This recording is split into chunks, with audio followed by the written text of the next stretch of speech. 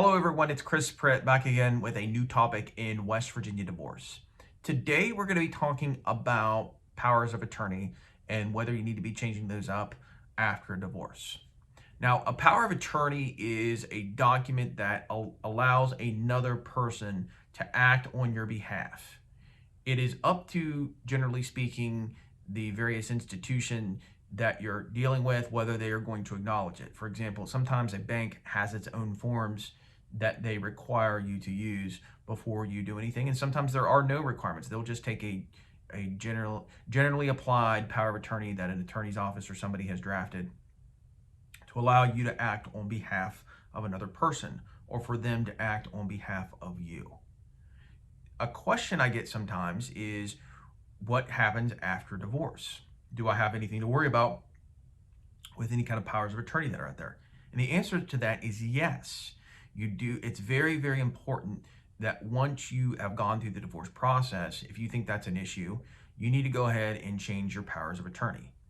The reason for that is that, let's say you've got a spouse that's named on it and they're allowed to go and act on your behalf.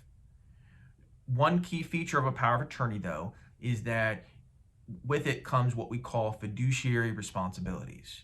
And what that means is the person cannot have a power of attorney and just act and do whatever they want. When they're using a power of attorney, the purpose of that is to act in the best interest of the person for which they have the power of attorney. You can't just take a power of attorney that you have for somebody and use that as a reason to just totally drain their bank account. In other words, you are in a position of trust when you have that. However, that does not stop a lot of damage from being done if a power of attorney has been granted. Let's say that you've given somebody a power of attorney and they rip you off in the amount of hundreds of thousands of dollars. They just take it out of your bank account, and it might be they might be permitted to do that. But at the same time, you could be in a situation where you have no recourse. You might be able to take them and sue them, or let's say they might be prosecuted, but that doesn't necessarily mean that you're going to be able to get your money back. You'll get a judgment against them.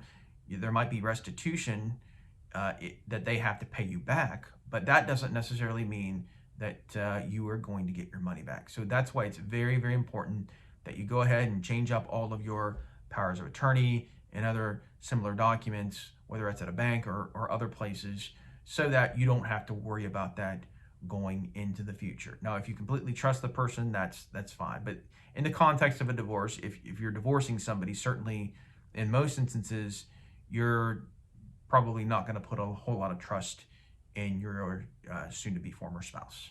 So that consists of today's video. If you have any questions at all, feel free to give me a call or send me an email. Have a good day.